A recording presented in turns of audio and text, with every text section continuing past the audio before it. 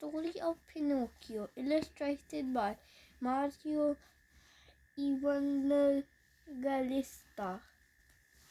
The story of Pinocchio, illustrated by Mauro Evangelista, retold by Katie Danis, based on the original story by Carlo Collodi. Geppetto the carpenter always wanted to make a puppet. One day, he found a perfect piece of wood. He began by carving a head and a little nose. Slowly, the nose grew longer and longer and longer. Geppetto was astonished, but he kept on carving.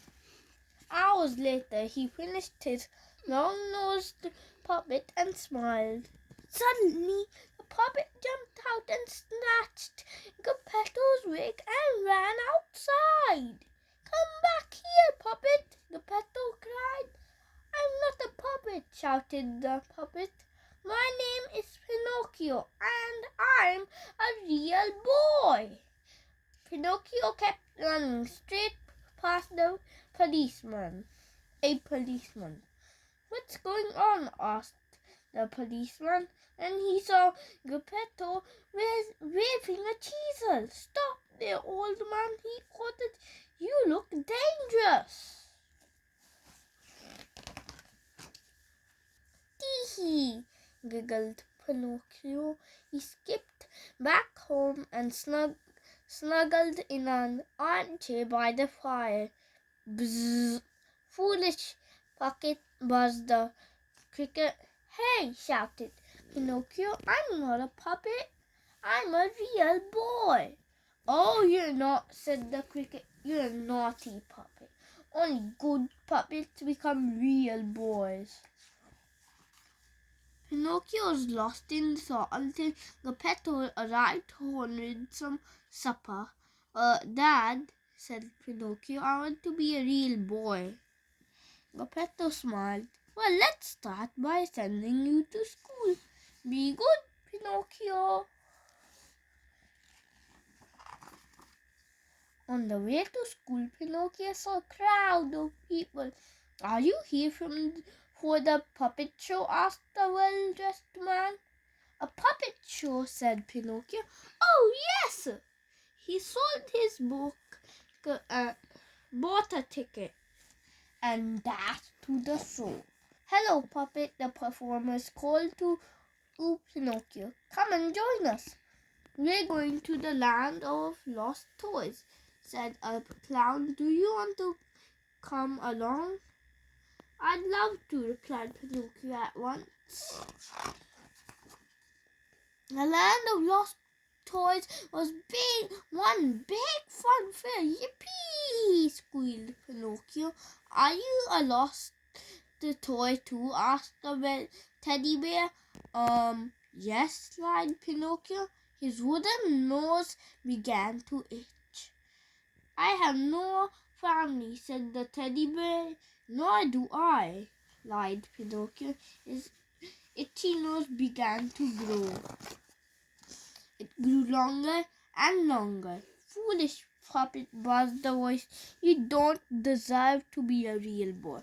Your poor father is sick of you with worrying. He's rowing across the ocean to find you." "Oh no," Pinocchio sighed. "I must save him." Instantly, his nose began to shake. "I'll help you," cooed the pigeon. Pinocchio jumped on her back and they soared to the coast. "Pinocchio, where are you?" "Please," cried Pinocchio, as the puppet watched a huge wave rose up and swallowed Geppetto's boat. "I'll save you, Dad," cried Pinocchio, and he dived into the chilly water.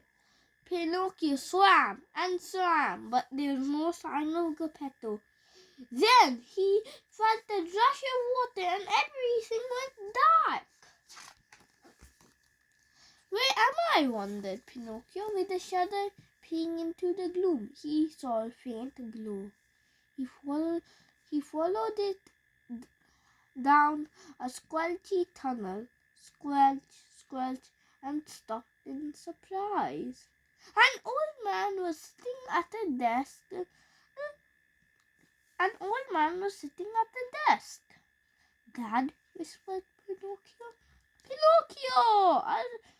I'm sorry I was naughty, said Pinocchio. But don't worry, I'll get us out of here. Pinocchio led Geppetto back along the dark, squelchy tunnel to the mouth of a cave. Jump, cried Pinocchio. I'll tow you to the shore. By midnight, Pinocchio and Geppetto were safely home. You're a good puppet, said Geppetto, kissing his son good night. The next morning, Pinocchio woke up feeling very different. Dad, he shouted, I'm a real boy at last! Edited by Jenny Tyler and Leslie Sims. Designed by Andrew Slade and Kaita Dragoslake.